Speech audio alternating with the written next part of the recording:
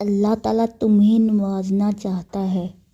سنو، اللہ حساب رکھتا ہے ہر اس بات کا جس پر تم نے دکھی دل کے ساتھ صبر کر لیا تھا، جب تم نے نم آنکھوں کے ساتھ بھی ہنسنا نہیں چھوڑا تھا، جب اچانک لیٹے لیٹے ماضی کی تلخ یاد نے دل و دماغ بوجھل کر دیے تھے اور تم نے بے چین ہو کر کروٹ بدلی تھی، جب رات کو سوتے میں آنسو تمہاری آنکھوں سے جھلک رہے تھے اور تم نہ جان تھے مگر اللہ بے خبر نہیں تھا، جب کسی کے سخت جملوں نے تمہارے دل کے ٹکڑے ٹکڑے کر دیے تھے اور تم مسکرا کر سہ گئے تھے۔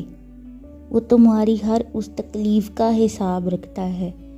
تمہیں یہ وقت بھلے ہی مشکل لگ رہا ہو مگر تمہاری سب مشکلات کا حل بس اس اللہ کے ایک کن میں رکھا ہے۔ اس لیے قرآن پاک میں اللہ تعالیٰ نے فرمایا، جب میرا بندہ بہت پریشان ہو جاتا ہے تو پھر اس کو تسلی دی گئی ہے، بے شک ہر تنگی کے بعد آسانی ہے۔ اللہ کے سامنے ایسے گڑ گڑا کر مانگیں کہ اللہ آپ کے آنسوؤں کو دیکھ کر فوراً عطا کر دے۔ حضرت ایوب علیہ السلام کو اتنی بڑی بیماری میں اتنے عرصے کے بعد جب صحت عطا کی گئی تو اللہ پاک نے پہلے سے بھی زیادہ نعمتیں ان کو عطا کی۔ حالانکہ جو سب پہلے تھا وہ تو تباہ ہو چکا تھا، لیکن حضرت ایوب علیہ السلام اپنے رب کی طرف ہی آہذاری اور شکر گزاری کرتے رہے اور مانگتے رہے، تو اللہ پاک نے بھی پھر ہر طرح کی نعمتیں ان کو عطا فرمائیں۔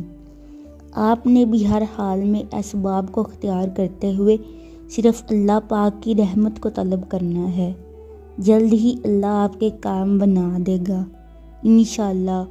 اگر ویڈیو اچھی لگی ہو تو چینل کو سبسکرائب کریں اور ویڈیو کو دوسروں کے ساتھ شیئر کریں۔ جزاک اللہ خیرہ۔